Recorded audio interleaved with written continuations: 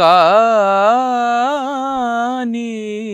সর্বশ্রেষ্ঠ সাধনা,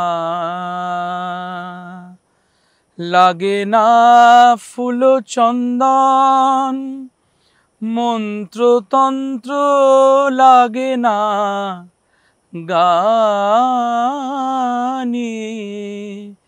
সর্বশ্রেষ্ঠ সাধনা।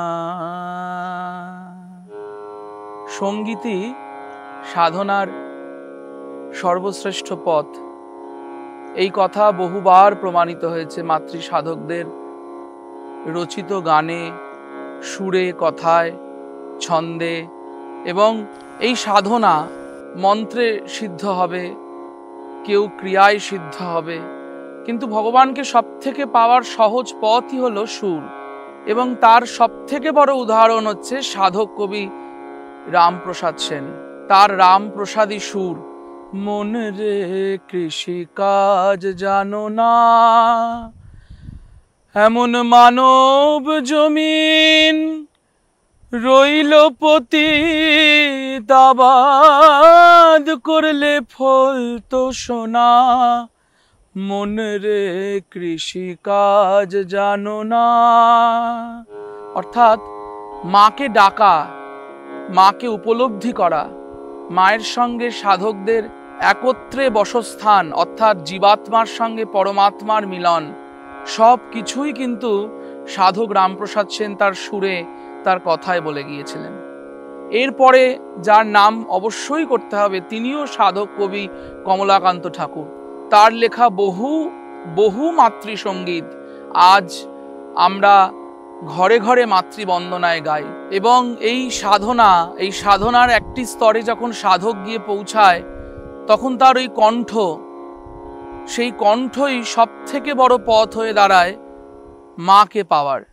একটুখানি রূপের ঝলক, স্নিগ্ধ বিরাট নীল গগন, দেখে যা আলোর নাচন।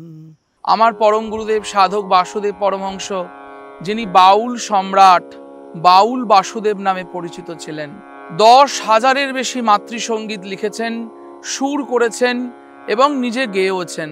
মা শারদা এবং মা বগলামুখীকে একত্রে করে দিয়েছিলেন।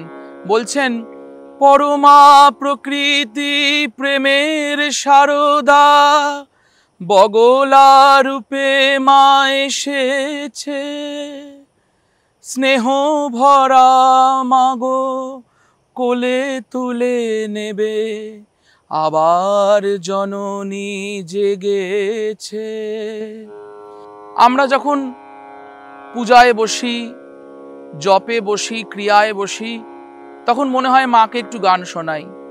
যে বিষয়গুলো করে গিয়েছেন অবতার ও বরিষ্ঠ শ্রী রামকৃষ্ণ পরমহংসদেব, শিবাবতার শ্রী বামদেব থেকে শুরু করে আমাদের সাধক কুলের যত মাতৃ সাধক এসেছেন বা এখনো আছেন, তাই সঙ্গীত ছাড়া সাধনা হয় না।